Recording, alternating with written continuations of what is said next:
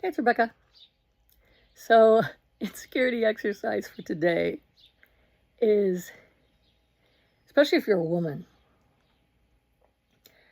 is weird, you know, unacceptable things that men say or do to you.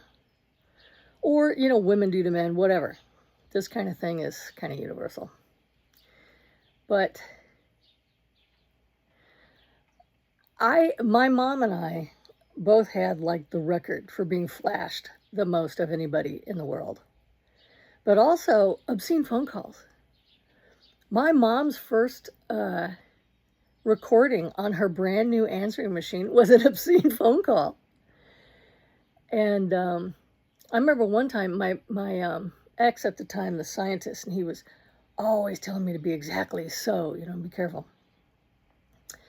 was, don't make anybody mad, watch your mouth, you just, play along, be polite.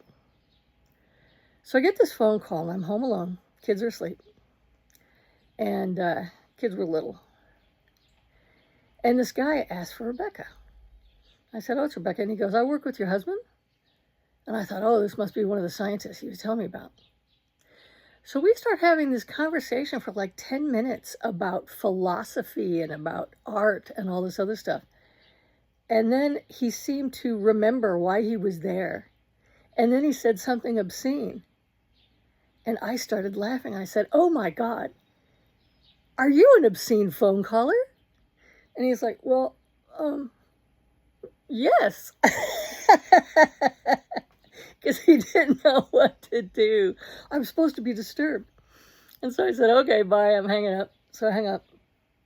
And then about a month later, I was in the kitchen. I think I was making bread. Phone rings.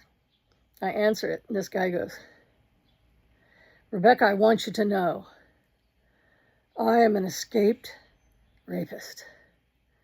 And I've been in jail for years, and I haven't had a woman for years. And I have your mother in the van with me right now. And my friends are with me, and they're all, fresh out of jail too. And, we're going to do terrible things to your mother unless you beg us. That's the only thing that can stop us. So I'm asking you, I don't want to go back to jail, and I don't want to do this. I know it's wrong. But beg me to not hurt your mother. I said, what's her name? I'm in control. I'm the one in control. And I said, okay, bye. And I hung up. So I called my mom, who lived halfway across the country. And I said, Mom, are you being gang raped in the back of a van? And she's like, no, I'm painting the kitchen.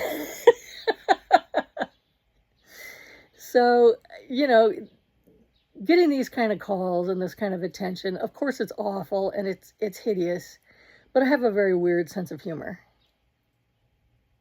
And I mean,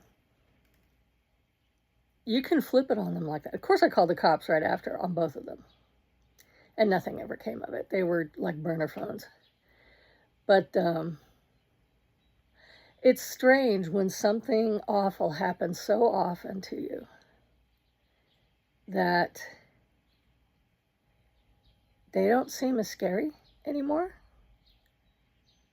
Those kind of calls and, that kind of thing. Now, if I'm in a physical presence with them, then yeah, I'm looking for a bat or a weapon right away. But on the phone, it doesn't bother me the way that it used to. Because what insecurity is going in them to make them think they have to do that, to make that kind of a call, to get off? What happened to them? It's not sympathy. I like to know the reason for something. Doesn't excuse it, but it explains it. So you hang in there, my brothers and sisters who have weirdo phone calls like this, and recognize they're not doing it because, you're inferior or you can be attacked or anything like that. They're doing it to get their own fix. We're nobody's drug of choice. You hang in there. And see the humor in it.